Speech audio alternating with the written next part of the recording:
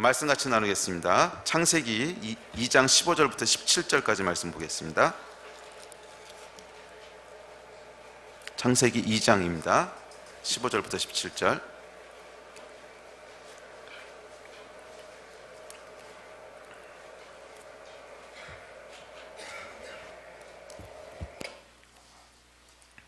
예, 15절에서 17절까지 말씀입니다.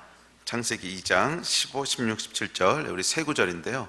우리 같이 읽겠습니다. 창세기 2장 15절에서 17절입니다. 시작. 여호와 하나님이 그 사람을 이끌어 에덴 동산에 두어 그것을 경작하며 지키게 하시고 여호와 하나님이 그 사람에게 명하여 이르시되 동산 각종 나무의 열매는 내가 임의로 먹되 선악을 알게 하는 나무의 열매는 먹지 말라. 내가 먹는 날에는 반드시 죽으리라 하시니라. 아멘. 저희가 지난주부터 이 성경이 얘기하고 있는 가장 기본적인 진리들에 대해서 살펴보고 있습니다. 지난주 우리 창조에 대해 살펴봤죠. 그래서 우리의 믿음은 맹신이 아니라는 거예요. 믿음의 내용들이 있습니다. 그래서 우리가 무엇을 믿는 것이고 또 그 교회를 다닌다고 하는 것의 의미가 뭐고 또 그리스도인이 된다고 하는 것의 의미가 뭔가, 거기에 대한 내용들을 이제 기초적인 내용들이죠. 기초적인 내용들을 다시 한번 다지는 시간을 가지고 있습니다. 그래서 아마 지난주부터 시작해서 한 3-4번 정도 될 것 같은데요. 한 서너 번에 걸쳐서 성경이 얘기하고 있는 가장 기본적인 주제들, 그러니까 뭐 창조, 그 다음에 죄의 문제, 구원이라고 하는 것이 무엇인지, 하나님 나라가 어떤 것인지, 뭐 이런 아주 기본적인 진리들에 대해서 함께 나누려고 합니다. 그런데 제가 목회를 하면서 보니까요, 이 기초가 생각보다 굉장히 약해요. 저희들의 기초가 생각보다 굉장히 약하고, 우리의 신앙이 많은 경우 어떤 습관을 쫓아서, 그 모태신앙 같은 경우는 늘 살던 거니까 그냥 늘 교회 나오던 거니까 나오시는 분, 또는 경험에 의지해서, 그러니까 우리가 어떤 병이 나은 경험이 있다든지, 뭐 기도하는데 은혜를 받았다든지, 하여간 어떤 경험에 의지해서 신앙생활을 하고, 근데 뭐 이 두 가지가 다 틀린 것은 아닙니다. 이제 분명히 우리 믿음에는 경험이 필요하고, 경험이 없는 신앙은 굉장히 이론적이고 공허해요. 또 우리의 삶이 훈련되어 있어야 되기 때문에 매주마다 정상적으로 신앙생활을 훈련을 쫓아서 하는 것도 뭐 좋은 겁니다. 나쁜 건 아니에요. 그런데 이 가장 기초에 내려가 보면 우리가 무엇을 믿는 것이고 우리가 믿는 바가 무엇인지에 대한 정확한 지식이 있어야 됩니다. 이 지식을 쫓아가지 않을 때는 경험이나 습관에 위치한 것들은, 근거한 것들은 굉장히 흔들리기 쉬워요. 그러니까 경험이라고 하는 것은 더 큰 경험이 있으면 그쪽으로 쫓아갈 거 아니야. 이제 절에 가서 뭐 이러다가 더 큰 경험을 했어. 그럼 그 다음에 부처님 믿을 거고 뭐 이럴 거 아니에요. 그러니까 경험에 기초한 것은 위험하다는 거예요. 그래서 정확한 지식에 기초해야 되고, 특별히 기독교는 성경에 기초한 종교입니다. 그래서 성경에서 무엇을 가르치고 있는지를 명확하게 알 때 우리의 믿음과 신앙이 더 튼튼해지는 줄 믿습니다. 그래서 우리 지난주에 창조에 대한 걸 살펴봤죠. 그래서 창조라고 하는 것은 뭐 전설도 아니고 신앙도 아니고 사실이라는 거예요. 팩트라는 거예요. 그리고 이 하나님께서 세상을 창조하셨다고 하는 것을 믿는 것에서부터 우리의 믿음이 시작됩니다. 그래서 이 태초에 하나님이 천지를 창조하셨느니라, 이 말씀을 사실로 받아들이지 않는 그런 믿음은요, 사실은 기초가 없고 위에다 건물만 세워놓은 거예요. 아무 영향가치가 없다는 거예요. 이렇게 휙 하고 바람 불면 다 넘어지는 거라는 거예요. 그래서 우리 지난주에 살펴본 내용들 기억하시죠? 빅뱅과 진화론이라고 하는 가설과 하나님이 태초에 천지를 창조하셨다고 하는 가설, 두 개가 다 가설이에요. 그런데 어느 것이 더 합리적인가? 사실은 창조하셨다고 하는 것이 훨씬 더 합리적이라는, 그래서 그것이 사실일 가능성이 훨씬 더 많다는 이 이야기 함께 나눴고, 그리고 여기서 대한 증거로 외적인 증거와 내적인 증거가 있다 그랬죠. 성령께서 오셔서 우리 가운데 내적으로 확증시켜 주시는. 근데 그 일이 아니면 이 두 가지는 모두 다 가능성이에요. 진화론도 가능성이고 창조도 가능성이고 다 확률적인 진리지, 뭐 가서 본 사람이 없으니까. 그럼에도 불구하고 첫째, 외적인 증거만 가지고 봤을 때도 진화론보다는 창조가 훨씬 더 합리적인 증거들이 많다는 것과, 둘째, 그럼에도 불구하고 이것이 확증되기 위해서는 우리 안에 성령께서 하시는 내적인 증거가 있어야 된다. 이제 이런 이야기들을 나눴습니다. 그래서 여러분 기억나세요? 지난주 설교? 그래서 비인격적인 것들이 막 이렇게 모여가지고 인격체를 만들어놨다고 하는 것이 얼마나 황당한 얘기인지, 그것보다는 태초에 하나님이, 지성과 인격을 가진 하나님이 계셔서 비인격적인 모든 우주의 원리들과 사물들을 창조하셨다고 하는 것이 훨씬 더 합리적이라는 거죠. 자, 오늘은 성경에서 말하고 있는 두 번째 주제, 이 악의 문제, 죄의 문제에 대해서 함께 이야기를 나누려고 합니다. 이 창조를 인정하고 나면 의문이 한 가지 생기는데, 그건 뭐냐 하면 완전하시고 선하신 하나님이 창조하셨는데 세상이 왜 이러냐는 거예요. 분명히 하나님이 태초에 하나님이 천지를 창조하시고 보시기에 좋았다라고 했는데 왜 지금은 보기에 좋지 않냐는 거예요. 세상을 둘러보다 보면 굉장히 알 수 없는 모순들과 부조리들이 있습니다. 예를 들면 음주운전에서 사고가 났는데 그 피해를 당하는 사람은 운전자도 물론 피해를 보지만 그것 때문에 부모나 아버지를 잃은 자녀들이 평생 겪어야 될 고통들, 이런 거 생각하면 아니 이건 얘네가 죄를 진 것도 아닌데 왜 음주운전하는 사람의 죄 때문에 얘네가 피해를 봐야 되는지, 이런 것들. 또 날 때부터 뇌성마비 환자로 태어나서 장애를 가지고 있는 사람들의 삶, 뭐 제가 잘못한 것도 아니고 원했던 것도 아닌데 왜 어떤 사람은 평생 장애를 가지고 살아가야 되는지. 또 우리 이제 얼마 전에는 수원에서 끔찍한 살인 사건이 있었죠. 뭐 이런 사건의 피해자들은 도대체 무슨 죄를 진 건지 전혀 자기와 상관없는 피해들을 보지요. 또 얼마 전에 미국에서는 미국 샌프란시스코에 총기 사건이 있었죠. 학교에서 총기 사건이 일어나가지고 한국 사람이 쏜 거, 그래서 많은 사람들이 죽었습니다. 그렇다면 이런 건 도대체 어떻게 된 건지. 이 세상을 보면 선하고 완전하신 하나님이 창조하셨다고 이야기하기에는 뭔가 이해할 수 없는 모순들이 있다는 거예요. 뭔가 이해할 수 없는 부조리들이 있고 모순들이 있고 죄가 있고 악이 있고. 그래서 이 고대 사람들은 이 부조리를 설명하기 위해서 여러 가지 신화를 만들어냈습니다. 근데 이 신화들이 대부분 공통적인 특성들을 갖고 있어요. 예를 들면 인도 신화 중에 하나는 이런 게 있어요. 태초에 선한 신과 악한 신이 존재했대요. 근데 이 두 신이 영겁의 세월을 두고 싸웁니다. 오랜 영겁의 세월을 두고 싸우다가 결국엔 선한 신이 이겨요. 이겨서 약한 신의 목을 칼로 쫙 베는데 그때 피가 팍 튀기면서 튄 피가 세상이 됐다. 뭐 이런 이제 천지창조 설화 같은 것들이, 이게 이제 인도에 있는 신화거든요. 근데 고대 신화들을 조사해 보면 대부분 공통적인 요소를 갖고 있는데, 그 공통적인 요소가 뭐냐면 신이 태초에 천지를 창조하는데 태초부터 선한 신과 악한 신이 있었다는 거예요. 두 가지 신이 있어서 두 개의 갈등 사이에서 세상이 어떻게 하다 보니까 창조됐다는 거예요. 그런데 이렇게 설명하는 이유를 여러분 짐작하시겠죠. 세상이 선한 신에 의해서만 창조됐다고 얘기하기에는 뭔가 이해할 수 없는 모순들이 있는 거예요. 그러면 선한 신이 태초에 창조했는데 지금은 왜 이러냐? 그 중간에 무슨 일이 도대체 생긴 거냐? 이 악은 도대체 어디서부터 온 거냐? 그래서 대부분의 설화들은, 대부분의 신화들은 태초부터 선한 신만 있었던 것이 아니라 태초부터 악도 같이 있었다고 설명을 하려고 합니다. 자, 그렇듯이 우리가 보고 있는 이 세상에는 설명할 수 없는 부조리들과 악이 있다는 거예요. 자, 그런데 성경에서는 전혀 다르게 이야기합니다. 성경에서는 태초에 선한 신과 악한 신이 있었던 게 아니라는 거예요. 태초에는 한 분 하나님만 계셨다는 거예요. 태초에는 완전하시고 선하신 하나님 한 분만 계셨다는 거예요. 그리고 그 이후의 모든 것들은 이 하나님으로부터 나왔다는 거예요. 자, 이것이 성경이 얘기하고 있는 주장입니다.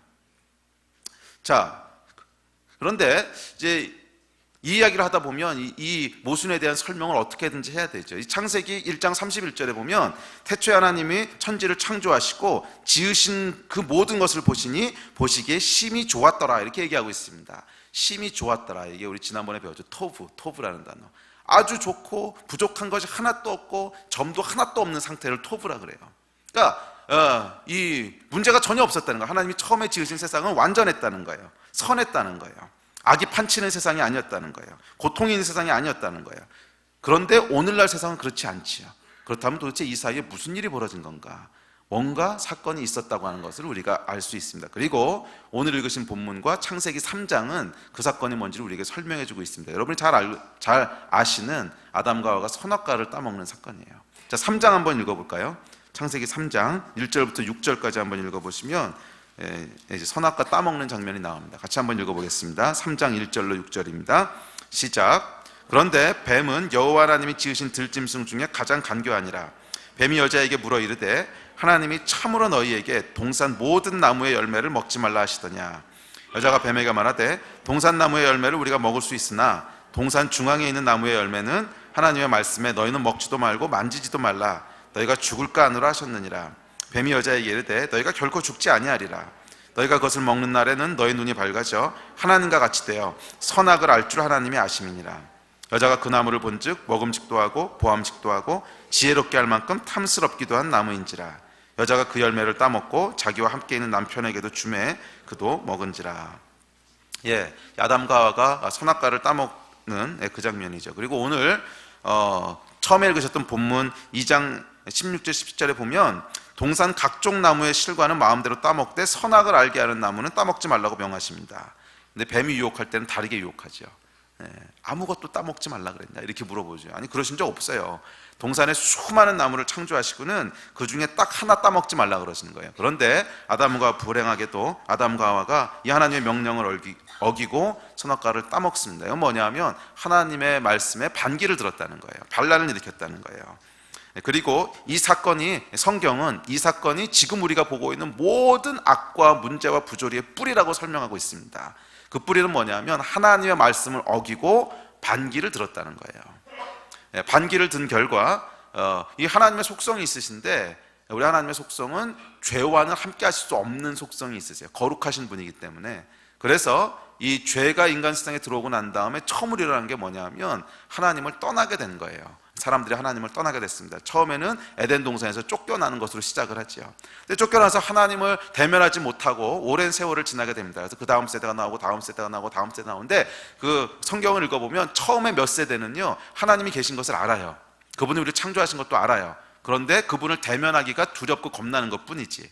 그런데 세대가 계속되다 보면 창세기 6장에 가보면, 나중에 여러분 읽어보세요. 창세기 6장에 가보면 사람들이 하나님이 계신 것조차 망각해버려요. 왜? 워낙 오랫동안 하나님과 떨어져 살다 보니까, 워낙 오랫동안 죄 가운데 살다 보니까 하나님이 존재하시는 것 자체를 잊어버리고 살아요.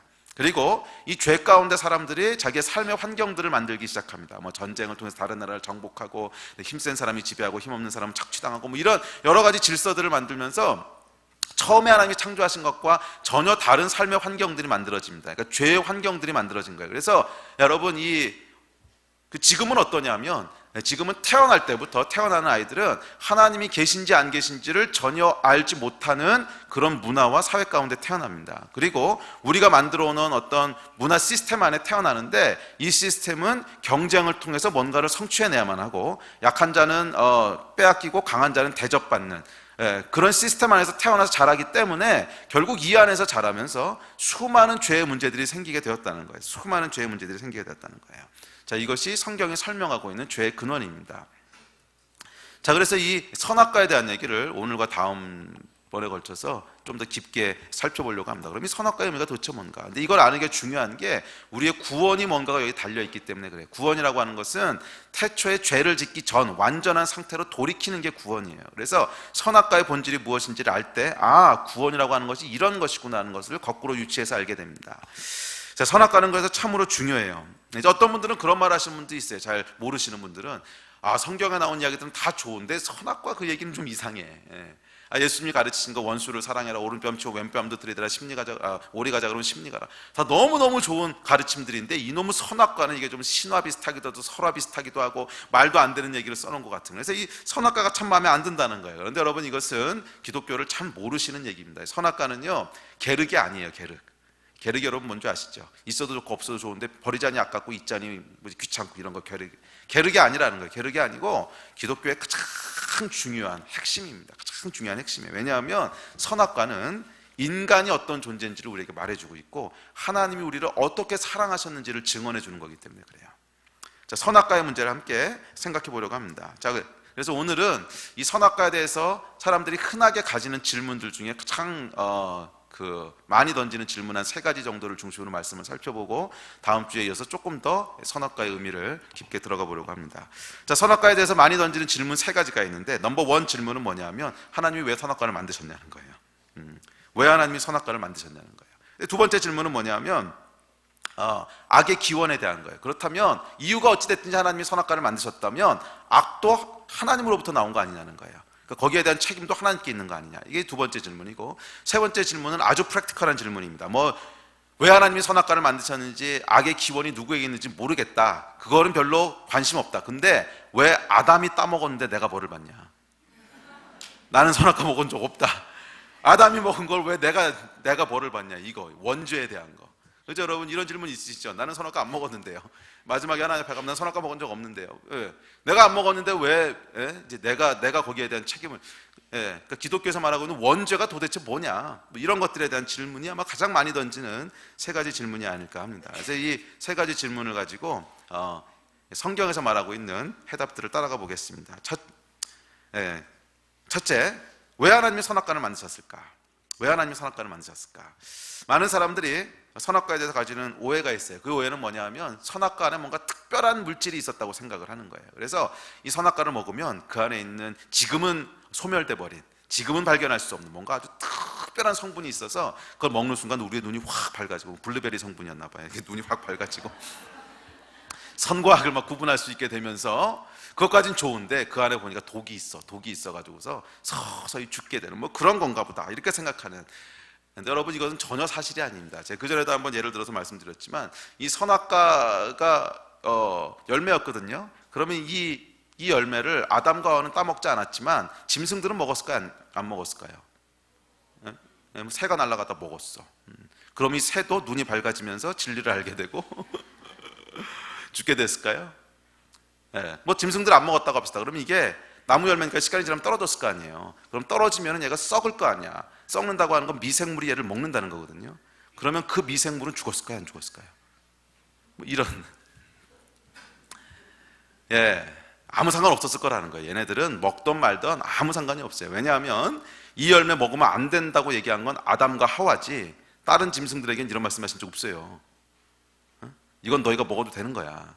문제는 아담과 하와에게 먹지 말라 그랬다는 거예요. 무슨 얘기냐면 선악과 안에 특별한 게 있었던 게 아니라는 거예요. 그게 중요한 게 아니라, 선악과를 따먹은 핵심은 하나님이 하지 말라 그러신 걸 했다는 거예요. 하나님이 하지 말라 그러신 걸 했다는 거예요. 그래서 만약 하나님이 선악과가 아니라, 가만히 있어, 나무 만들기 귀찮은데 이렇게 딴 걸로 하자, 저기 저 돌 있지, 저 돌 위에는 절대 올라서지 마, 그랬어도 괜찮고, 아니면 선을 하나 딱 그어놓으신 다음에 이 선 밟지 마, 밟으면 너 술래야 네가, 뭐 이랬었어도 괜찮고, 하여간 뭐든지 간에 하나님이 하지 말라 그러신 것을 했다라고 하는 것이 핵심이지, 그 나무 자체에 특별한 게 있었던 게 아니라는 거예요. 그래서 아마 그 나무는 우리가 오늘날도 흔히 볼 수 있는 그런 나무일 거예요. 뭐 사과나무 같은 걸 거예요. 문제는 그것을 따먹었다는 거예요. 자, 그렇다면 왜 선악과를 만드셨는가? 왜 하나님이 하지 말라 그러신 것을 정하셨는가? 그 이유는 하나님께서 자유를 주시기 위해서 그랬다는 거예요. 우리에게 자유의지를. 근데 자유의지를 주시는데 어떤 자유의지를 주시냐면, 자유롭게 무엇을 선택하고 자유롭게 생각할 수 있는 능력을 주시는데, 심지어는 하나님을 선택할 것인지 말 것인지에 대해서도 스스로 고를 수 있는 자유를 주셨다는 거예요. 그러니까 이 하나님을 배신할 수 있는 자유도 주셨다는 거예요. 그리고 그 배신할 수 있는 방법이 바로 선악과였어요. 왜냐하면 하나님께서 다른 아무것도 금하신 게 없었어요. 아무것도 금하신 게 없었기 때문에, 만약 선악과까지 금하는 게 없었다면 하나님을 선택하고 배신할 수 있는 찬스가 없는 거예요. 아무것도 금하신 게 없으니까 하나님을 배신할 수 있는 길이 없어. 이해가 되세요? 모든 것을 하나님 허락하셨어요. 그러면 그 상황에서는 하나님을 선택하지 않을 수 있는 자유가 주어지지 않는다는 거예요. 근데 하나님께서 어떤 자유를 주셨냐면, 사람을 만들어 놓으시고는, 오케이, 내가 너한테 선택권을 줄게. 네가 만약 나를 선택하기 싫으면 저 나무를 따먹어. 그러면 그게 사인이야. 그러면 네가 나를 선택하지 않았다는 거야. 그리고 저 나무 열매를 따먹지 않는 한 너는 계속 나와 함께 살기를 선택한 거야. 이렇게 룰을 정하신 거예요. 이해가 되세요? 그러니까 선악과는 자유의지를 주시겠다고 하는 것이지, 그것이 우리를 저주하기 위한 게 아니었다는 거예요. 그래서 창세기 2장에 이제 하나님께서 선악과 열매를 만드시면서 최초의, 그리고 유일한 금지사항을 말씀하시죠. 저 나무 열매는 따먹지 마라. 그 말씀을 하시는 순간 사람이 기계에서 하나님의 형상이 되는 놀라운 일이 벌어진 겁니다. 스스로 선택할 수 있는 엄청난 자유가 주어진 거예요. 저는 이 말씀을 읽을 때마다 굉장히 감격이 돼요. 하나님이 우리를 어떻게 대우해 주셨는지, 저와 여러분은 하나님이 어떻게 대우해 주셨는지 아세요? 노예로 대우하신 게 아니에요. 노예는 자유가 없습니다. 노예는 주인을 떠날 수 있는 자유가 없어요. 노예에게 이렇게 선악과를 준 다음에 저거 따먹으면 너 노예에서 나가겠다는 거야? 없죠. 그런 거 없어요. 노예는 아무 선택권이 없습니다. 그냥 그 안에 있어야 돼요. 그런데 하나님께서 우리를 노예로 삼지 않으셨어요. 자녀에게는 여러분 선택권이 있습니다. 자녀는요, 집을 나갈 수 있는 자유도 있어요. 그럼 부모의 마음이 굉장히 아프겠지만 노예처럼 가다놓고 문 잠그지 않는다는 거예요. 항상 문을 열어놓죠. 선악과의 의미는 문을 열어놓으셨다는 거예요. 너희는 자녀이기 때문에, 너희는 나의 사랑하는 자녀이기 때문에 나와 사랑의 관계 가운데 여기 함께 살도록 지음받았지, 노예처럼 가다놓은 존재가 아니라는 거예요. 문 언제든지 열려있어. 네가 내 사랑이 싫고 나와 함께 하는 게 싫어서 가고 싶으면 얼마든지 열려있어. 그것이 선악과예요.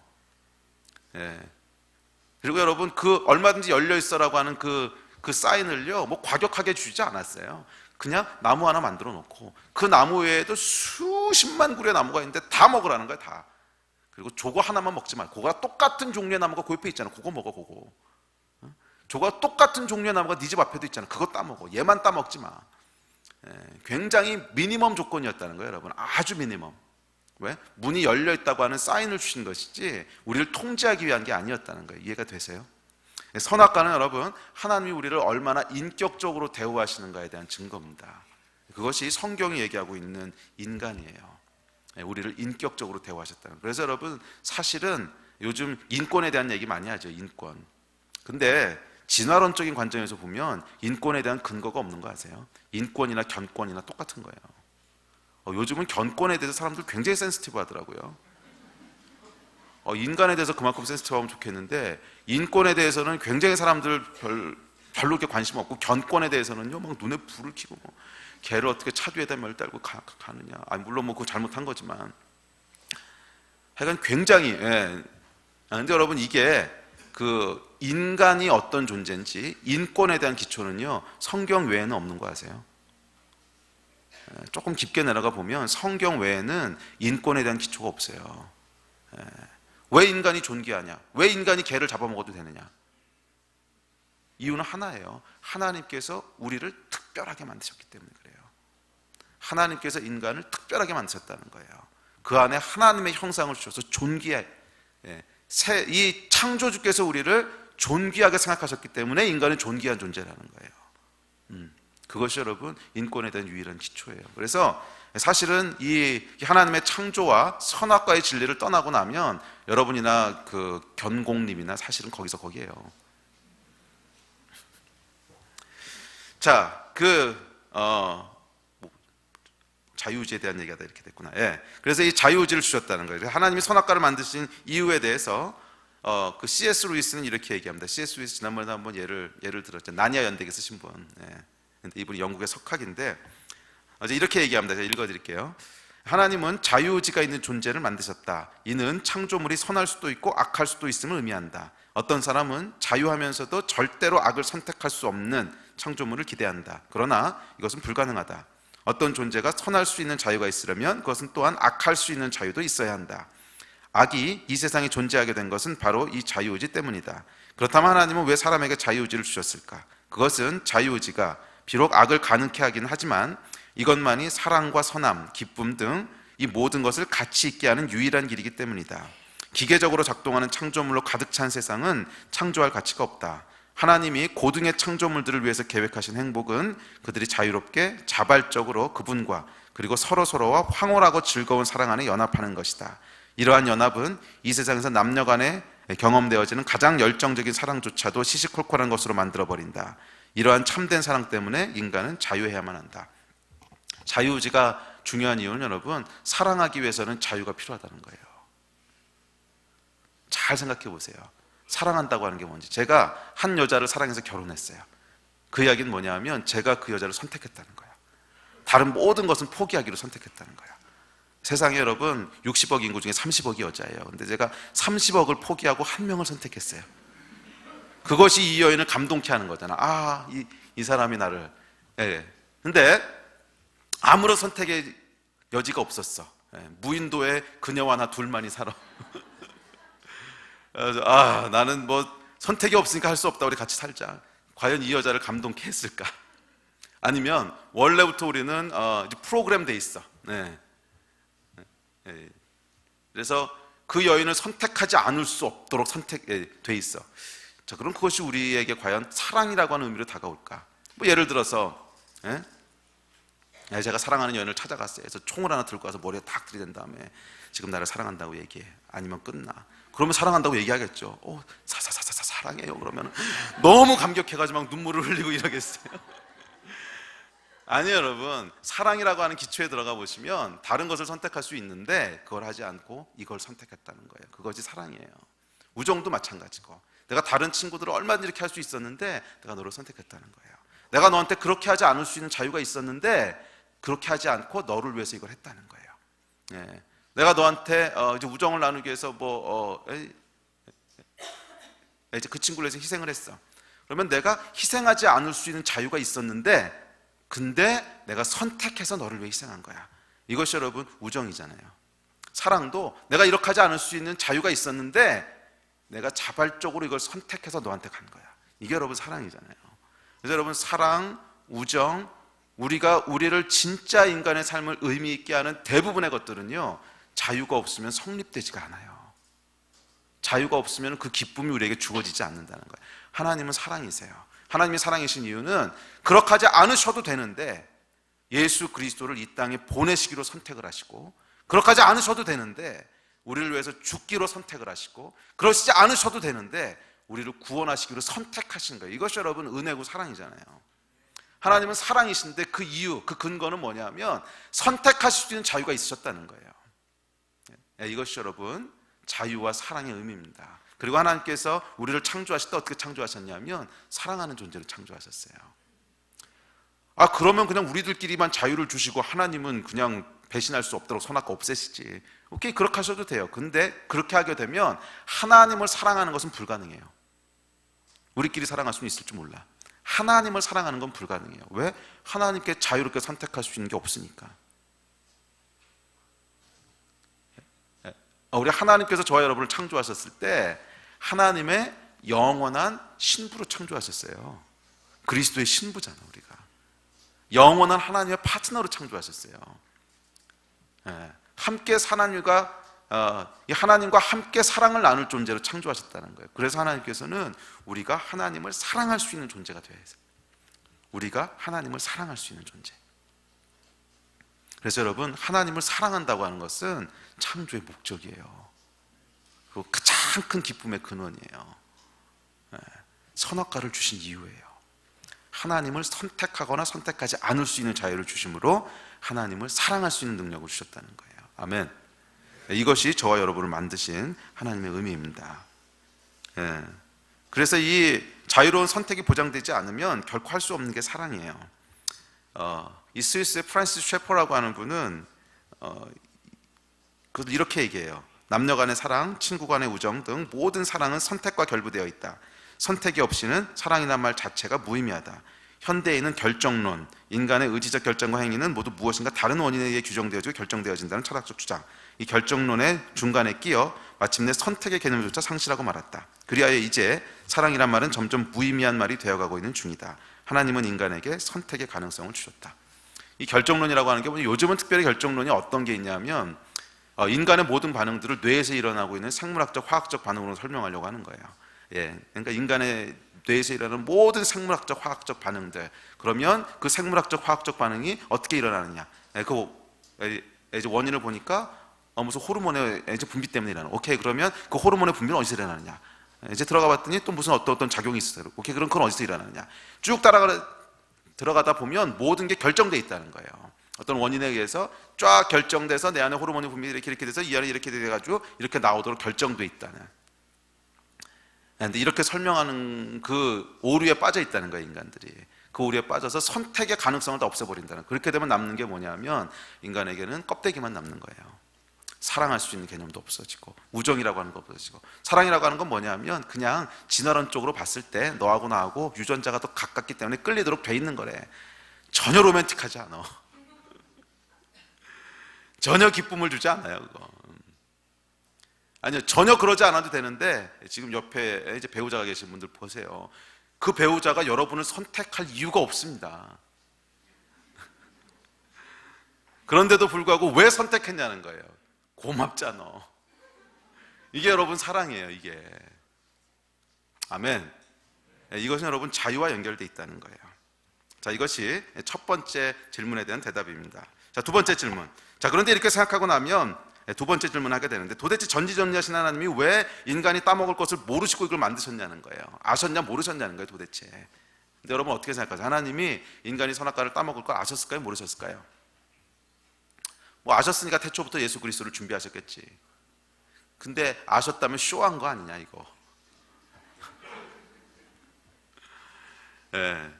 저는 모르셨다고 얘기하는 게 맞다고 믿습니다. 우리 입장에서는 모르는 거고요, 하나님 입장에서는 아시는 거예요. 인간의 이성을 여러분 너무 신뢰하지 마십시오. 아니, 하나님 입장에서는 아시고 우리 입장에서 모른다는 게 무슨 말이에요? 알았다는 거예요? 몰랐다는 거야? 아시고 모르셨어요? 모르시고 아셨어요? 그냥 깊게 생각하지 말라는 거예요. 다쳐요. 근데 왜냐하면 인간의 이성 자체가 그렇게 합리적이지 않아요. 모든 걸 다 설명할 수 없다는 거예요. 하나님 차원에서 일어난 일들을 인간의 언어로 설명할 수 없는 게 참 많다는 거예요. 인간의 언어가 참 제한적이고 인간의 이성도 참 제한적이에요. 우리는 전지전능하다고 하는 말 자체에 대해서도 전지전능이란 말 자체가 없는 거 아세요, 여러분? 원래 전지전능이란 말 자체가 없어요. 아주 쉬운 예 있죠. 여러분 잘 아시는 예인데, 그러면 오케이, 전지전능한 신이 있어. 그럼 그 신은 누구도 들 수 없는 무거운 돌을 만들 수 있을까 없을까? 만약 누구도 들 수 없는 돌을 만들 수 없다면 전지전능한 게 아니지. 할 수 없는 게 있잖아. 전지전능하다는 건 다 할 수 있다는 거니까 당연히 만들 수 있어야 돼요. 그러면 그 만든 돌을 이 신이 다시 들 수 있을까 없을까? 들 수 있다면 이 돌은 아무도 들 수 없는 돌이 아니니까 못 만든 거고, 들 수 없다면 못하는 게 또 있잖아. 전지전능한 게 아니고. 도대체 뭐야? 그러니까 전지전능하다고 하는 말 자체가 여러분 그냥 말이에요. 말. 그런 개념 자체가 없어요, 사실은. 우리 인간의 그 이성은 굉장히 불완전합니다. 굉장히 불완전해요. 제가 그 전에 한번 말씀드렸죠. 1950년대에 그 증명된 incompleteness theory라고 수학자들이 증명을 했어요. 인간의 이성은 incomplete하다, 완전하지 않다, 항상 모순을 내포하고 있다. 이거를 60년, 70년 전에 이미 다 증명을 했거든요. 이게 이제 집합론을 써가지고 증명하는 건데 그 증명이 좀 어렵긴 해요. 근데 우리는 모르죠. 배워본 적이 없으니까 모르는 거지. 인간의 이성은요 절대 완전하지 않아요. 우리가 이해할 수 없는 것도 굉장히 많고요. 그런데 하나님이 하신 일을 우리가 어떻게 다 이해하겠어요?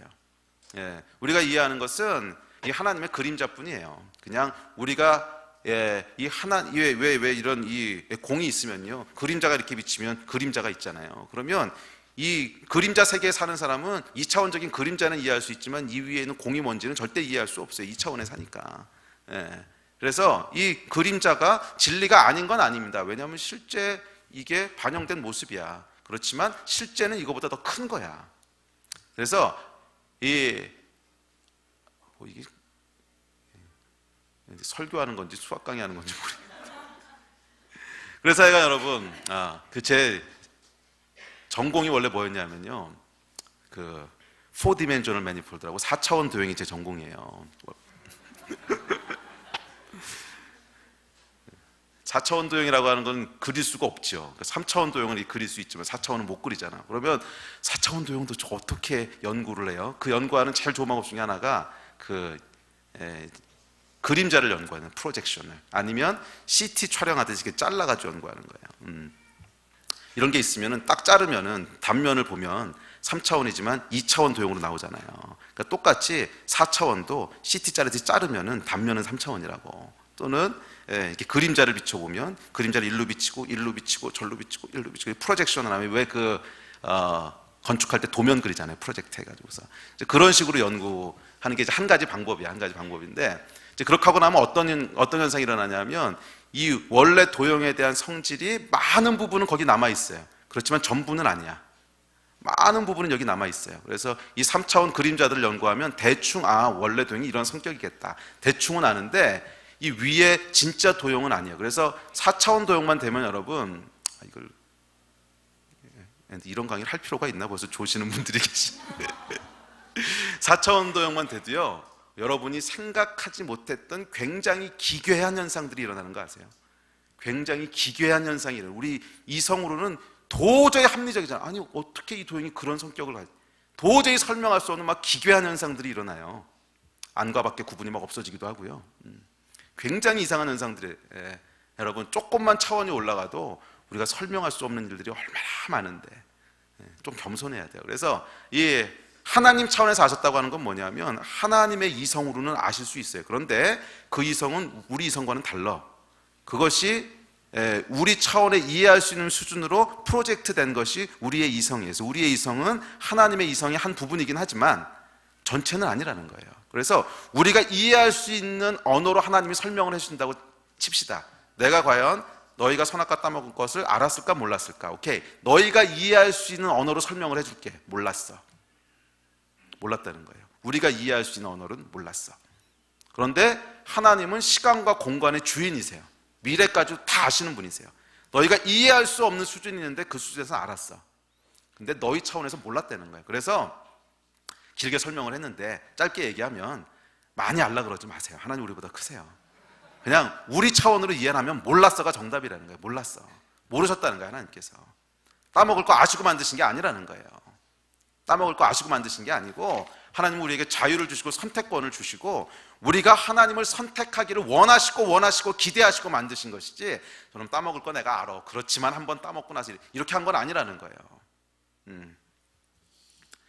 자, 이것이 이제 그 두 번째 질문에 대한 대답입니다. 하나님께서 아시고 만드신 거 아니라는 거예요.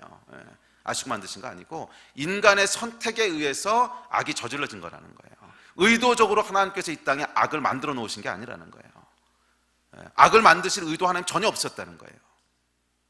인간이 선택에 의해서 악을 만들어낸 거죠. 셰퍼 박사는 똑같은 얘기를 이렇게 얘기합니다.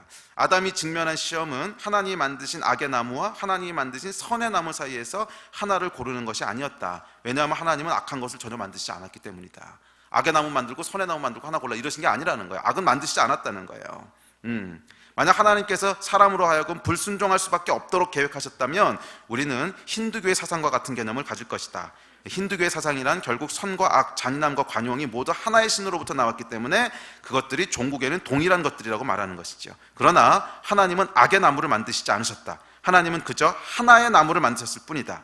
이 나무가 다른 나무와 본질적으로 다른 어떤 요소가 있었던 것은 아니다. 그보다는 하나님께서 인간에게 하나의 선택에 직면케 하셨던 것뿐이다. 하나님이 이 나무 대신 이 강을 건너지 말아라, 이 산을 넘지 말아라 라고 한 것과 조금도 다를 것이 없다. 하나님이 하신 말씀은 단지 너는 하나의 독립적인 존재가 아니라 피조물이다. 피조물로서 너는 너의 창조주인 나를 믿고 사랑해라는 것이었다. 하나님이 인간을 만드실 때 악의 가능성도 있었음은 분명한 사실이다. 그러나 단순한 악의 가능성이 실제로 악이 존재하는 것을 의미하지는 않는다. 하나님은 그런 가능성을 두면서 동시에 인간에게 선택을 유효하게 하셨고 인간을 인간으로 대우하셨다. 이해가 되세요? 악의 가능성이 있었던 건 사실이지만 악을 창조하신 게 아니라는 거예요. 인간을 인간으로 대우하시기 위해서 모험을 하신 거라는 거예요. 모험을. 하나님 같은 존재를 만드시기 위해서 모험을 하신 거라는 거예요. 그래서 하나님께서 이 모험을 하시는 대신 어떤 걸 얻으셨냐면 하나님 같은 존재들을 만드셨어요. 자유롭게 선택할 수 있는, 심지어 하나님께 대해서 자유롭게 선택할 수 있는. 이제 그만큼 우리를 인격적으로 대우해 주셨다는 거예요. 자, 이것이 두 번째 질문에 대한 답입니다. 자, 이제 마지막 세 번째 질문, 가장 중요하고도 가장 실질적이죠. 난 선악과 안 따먹었어요. 아담이 지은 원죄 때문에 왜 내가 피해를 받아야 돼요? 이거. 자, 기독교에서는 이것을 원죄라고 얘기하는데요. 인간은 아담의 범죄 때문에 태어나면서부터 죄를 지을 수밖에 없도록 태어나며 그 결과 지옥에 갈 수밖에 없도록 태어난다는 것이 이제 원죄지요. 그런데 이 말은 잘 이해해야 됩니다. 아담의 죄가 생물학적으로 유전되어서 우리가 하나님 앞에 죄인으로 태어난다는 뜻이 아닙니다. 원죄는 생물학적으로 유전되는 게 아니에요. 원죄는 생물학적으로 유전되는 것이 아니에요. 아담의 범죄 때문에 죄가 이 세상에 들어오게 된 건 사실입니다. 또 우리가 하나님께 불순종하고 더 나아가 하나님의 존재를 부인하는 그런 죄의 유혹이 넘치는 곳에서 태어나게 된 이유는 아담이 죄의 문을 열었기 때문인 건 사실이에요. 그래서 악의 문화가 형성되고 악한 사회들이 형성되고 그래서 하나님이 없다고 하는 곳에 태어나게 되고 많은 죄의 유혹들 가운데 커오기 때문에 죄를 질 수밖에 없는 이런 환경 가운데 태어나게 되는 것, 그것은 아담이 처음 시작한 건 맞아요. 그러나 그럼에도 불구하고 하나님께서 우리를 심판하시는 근거는 우리가 그런 환경에서 태어나기 때문에 잠재적으로 죄를 지을 가능성이 있어. 죄의 가능성 때문에 심판하시는 게 아니에요. 우리가 지은 죄 때문에 심판하시는 거지. 아담의 죄 때문에 심판하시는 게 아니라는 거예요. 그래서 침례교회는요, 어떤 교리가 있냐면 아마 이 교리 잘 모르시는 분들도 있더라고요. 장로교회에서는 이 교리를 잘 몰라요. 근데 침례교회에서는 어떤 교리가 있냐면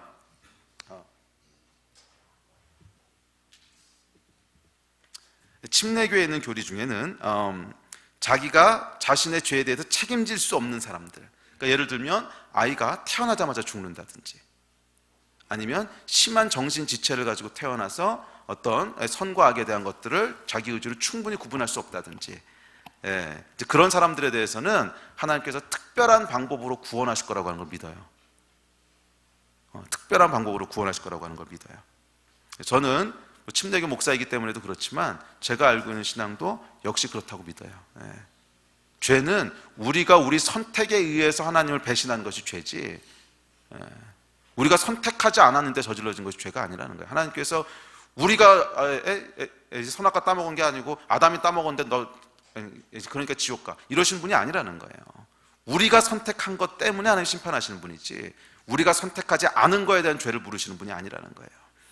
죄를 지을 수밖에 없는 굉장히 타락한 환경 가운데 태어난다고 하는 것은 맞습니다. 그래서 아마 이제 태어나서 우리가 10년, 20년, 30년 살아가면서 한 번도 하나님을 거역하지 않고 산다고 하는 건 아마 불가능할 거예요. 그래서 어떤 사람도 그렇게 살 수 없을 거예요, 예수님 이외에는. 그럼에도 불구하고 그 가능성 때문에 심판하시는 건 아니라고. 제가 말씀드렸듯이 태어나자마자 이제 죽는다든지 아니면 유산된다든지 그런 아이들에 대해서 하나님께서 그 죄에 대한 책임 묻지 않으신다는 거예요. 그럼 빨리 죽는 게 좋은 건가? 죄 짓고 죽는 것보단 빨리 죽는 게 좋을 수도 있어요. 자, 그러나 이렇게 말씀을 드려도 여전히 남는 의문이 있어요. 그래도 결국 모든 사람이 죄를 지을 수밖에 없는 환경 가운데 태어난다면 결국 그게 그거 아니냐? 결국 그게 그거 아니냐? 결국 죄를 짓도록 운명 지어진 것과 뭐가 다르냐? 모든 사람이 죄를 벗어날 수 없는 환경 가운데 태어난다면, 그렇다면 결국 그것도 하나님 책임 아니냐? 결국 하나님이 불의하신 거 아니냐? 여러분 어떻게 생각하세요? 좋습니다. 일단 백보양보해서 그것이 하나님 책임이라고 합시다. 그래서 하나님이 하신 일이 있어요. 아무도 더 이상 하나님 불공평하시다고 말할 수 없도록 한 가지 일을 행하셨어요. 그것이 성경의 세 번째 주제인 은혜예요. 은혜.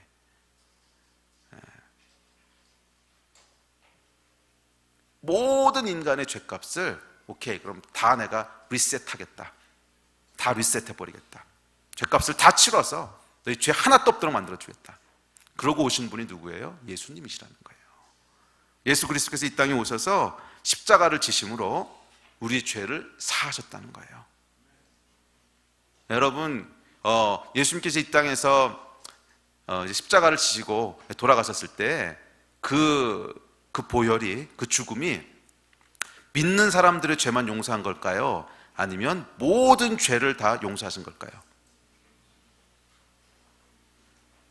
잘 선택하셔야 됩니다. 도전 골든벨. 예수님께서 죽으신 것이 믿는 사람들의 죄를 용서하기 위해서인가요? 아니면 모든 사람의 죄를 용서하기 위해서인가요? 자, 투표해 봅시다. 자, 믿는 사람의 죄라고 생각하시면 손 들어보세요.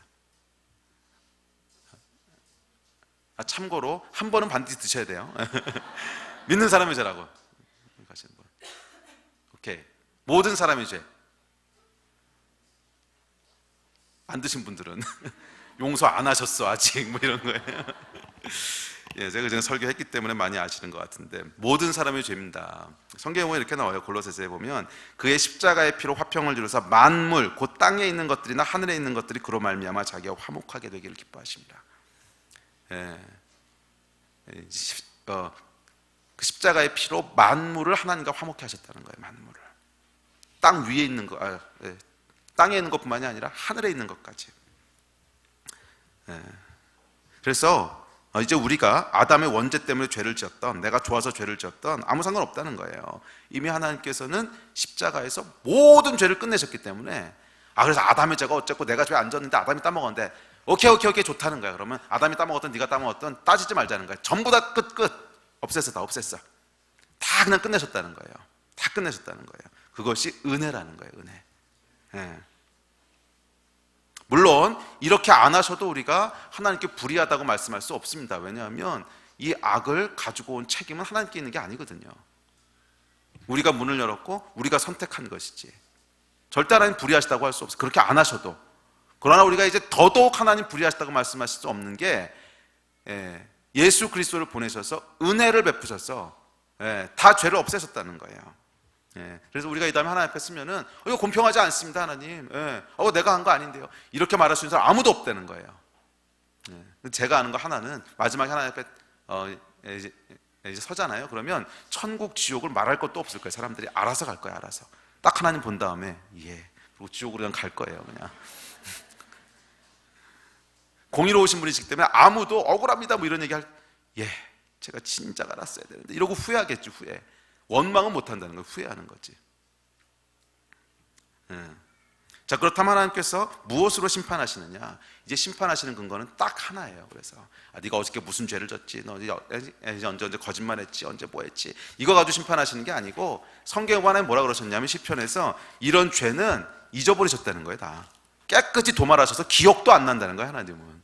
그러니까 네가 어저께 무슨 죄 졌지? 너 어저께 거짓말했잖아. 너 어저께 뭐 간음했잖아. 어저께 뭐 했잖아. 이건 기억도 안 하신다는 거예요. 기억도. 딱 하나로 심판하시는데 뭐냐면 그래서 예수를 믿었어 안 믿었어? 이게 딱 하나의 심판 기준이라는 거예요. 그래서 예수를 믿었어 안 믿었어? 이 얘기 여러분 잘 들어가 보면 정말 하나님 진짜 공평하신 분이세요. 오케이, 네가 아담이 선악과 따먹은 것 때문에 원망이 있다고? 내가 아담이었으면 분명 안 따먹었을 거예요. 걔는 아담이니까 따먹었지. 걔는 원래 약간 반공의 기질이 있었어요. 약간 하나님 실수하신 건데 아담을 먼저 태어나시게 하지 않고 내가 먼저 태어나서 거기 있었으면요 절대 안 따먹었어요. 절대. 걱정 안 하셔도 돼요. 그러니까 나는 아니에요. 오케이. 그래서 하나님 뭘 하시냐 하면은 똑같은 선택을 우리 앞에 주시는 거예요. 아담이 아무 죄도 없는 상태에서 선악과 하나를 딱 놓고 선택할 건지 말 건지 결정했잖아요. 우리도 똑같은 거예요. 죄 다 없애셨어요. 오케이, 클리어, 싹 없앴어. 그리고 하나의 선택, 새로운 선악과 앞에 딱 두셨어요. 예수 그리스도. 선택할 거야 말 거야. 똑같이 명령하셨어요. 예수를 믿어라, 그럼 구원을 받는다. 선악과 따먹지 마라. 똑같은 명령이거든. 예수를 믿어라, 구원을 받는다. 선악과 따먹지 마라, 먹으면 죽는다. 똑같은 선택을 놔두시고 우리를 그 앞으로 딱 갖다 두신 거예요. 너 이거 선택할 거야 말 거야. 아담이 선악과 따먹어서 지옥 가는 게 아니라 우리가 새로운 선악과를 선택할 건지 말 건지에 의해서 지옥 가는 거라는 거예요. 얼마나 공평하세요. 죄가 우리의 선택이듯이 여러분 구원도 우리의 선택입니다. 왜? 하나님께서 자유를 주셨기 때문에.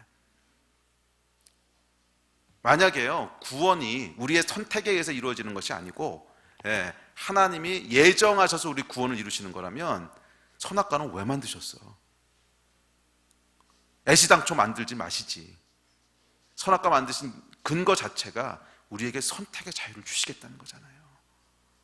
구원은요 여러분 자유의지로 선택하는 거예요. 죄가 자유의지로 선악과를 선택하는 것이듯이 구원도 자유의지로 예수 그리스도를 선택하는 게 구원이에요. 아멘. 이 예정론에 대해서도 할 얘기가 많습니다. 이것도 똑같아요. 이것도 하나님은 예정하셨지만 우리가 알아듣는 언어로는 예정 안 하셨어, 이렇게 생각하시면 돼요. 그거는 하나님 차원에서 했다는 얘기고 우리 차원에서 우리 이성 가지고 예정하셨대 이딴 얘기하면 헷갈리기만 해요. 이건 그냥 forget about it, 그냥 깨끗이 잊어버리세요. 예정 안 하셨어요.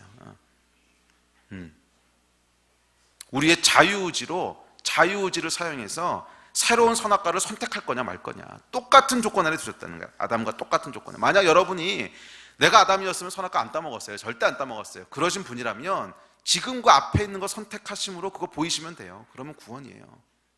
그런데 오늘날 똑같은 선악과 예수 그리스도를 앞에 두고도 나는 그거 못 믿겠어요. 이제 싫어요. 선택 안 할래요. 이런 사람이 만약에 태초에 아담 대신 그 사람이 거기 있었다고 했을 때 과연 올바른 선택을 했을까요? 지금도 안 하고 있는데. 이게 원죄라는 거예요. 이게 원죄. 여러분이 그 자리에 가 있으면 똑같이 그렇게 했을 거라는 거예요. 그래서 하나님께서 아주 공평하게 지금 또 다른 새로운 선택을 주세요. 두 번째 선악과 예수 그리스도. 두 번째 선악과 십자가. 나무에 달린 자마다 두 번째 선악과를 딱 두신 거예요. 나무에 달린 것을 따먹음으로 우리가 죄를 얻었듯이 나무에 달린 자를 선택함으로 말미암아 우리가 구원을 얻는다는 거예요. 이것이 민수기에 나오는 나무에 달린 자의 뜻이고 또 요한계시록에 나오는 생명나무 열매의 뜻이에요. 기억하십시오 여러분. 하나님께서 과거에 우리가 어떤 죄를 졌든 뭐 살인을 했든 뭘 했든 남봉꾼이든 다 묻지 않으세요. 딱 선악과 앞으로 인도하세요. 그래서 오케이, 그 죄는 내가 다 대신 치렀어. 그래서 너는 나를 선택할 거야 말 거야? 너는 나와 영원한 사랑과 영원한 행복과 이걸 누리는 걸 선택할 거야? 아니면 나와 따로 있을 거야? 이거 물으시는 거예요. 이거. 너는 영원히 에덴 동산에 거하고 싶어? 아니면 따로 살고 싶어? 그래서 따로 살고 싶다고 했을 때는 하나님이 태초에 결정하셨듯이 리스펙트 해주시는 거예요. 그래서 그 리스펙트한 사람들이 가는 곳을 지옥이라고 부르는 거예요. 지옥은 하나님께서 일부러 만들어 놓고 막 쑤셔 넣는 곳이 아니고 선택해서 가는 거예요. 선택해서. 한 사람도 하나님 지옥 가기 원하지 않으세요. 다 구원에 이르기를 원하시지. 그런데 선택하지 않았을 때는 하나님 존중하신다는 걸 할 수 없는 거예요. 존중하신, 그것이 하나님의 사랑의 성품이에요. 자기가 선택해서 가겠다고 하는 거 그냥 let go 하시는 거예요. 그것이 지옥이라는 거죠. 예수 그리스도를 선택하신 여러분 되시기를 주의 이름으로 축복합니다. 마지막으로 노아의 홍수에 대한 얘기 하나 나누고 말씀을 마치려고 합니다. 여러분, 노아의 홍수가 일어나자 노아 가족을 제외한 모든 사람이 다 죽었습니다. 왜 죽었죠? 표면적으로는 홍수 때문에 죽었습니다. 그런데 진짜 이유는요, 방주에 올라타지 않았기 때문에 죽은 거죠. 홍수가 났다고 해도 산 사람이 있잖아. 홍수 때문에 죽은 게 아니라는 거예요. 방주에 올라타지 않아서 죽었죠.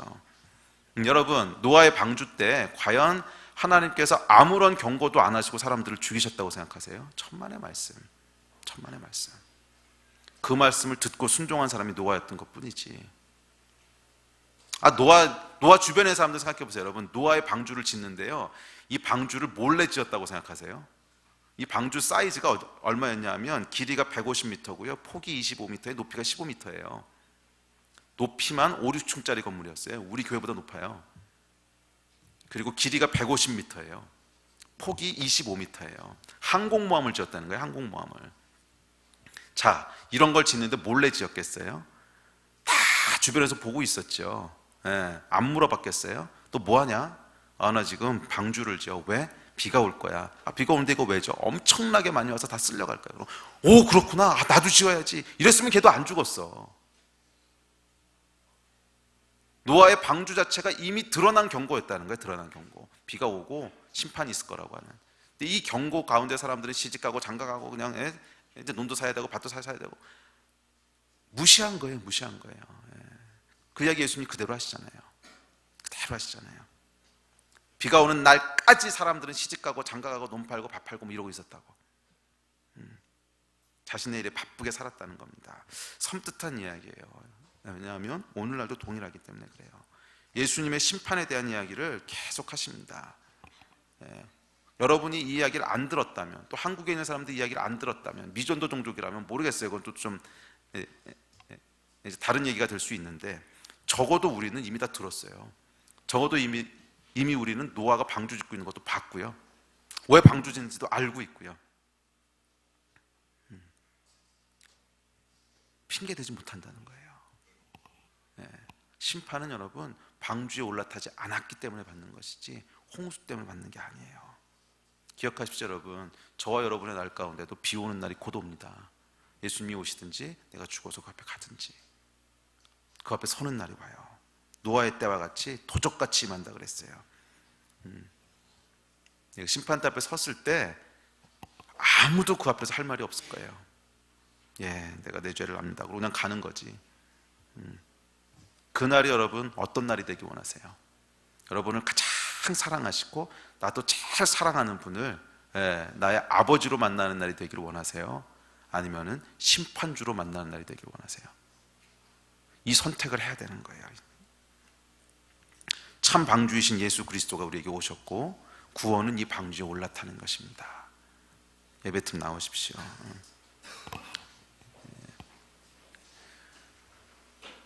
죄에 대한 심판은 여러분 우리 하나님의 속성입니다.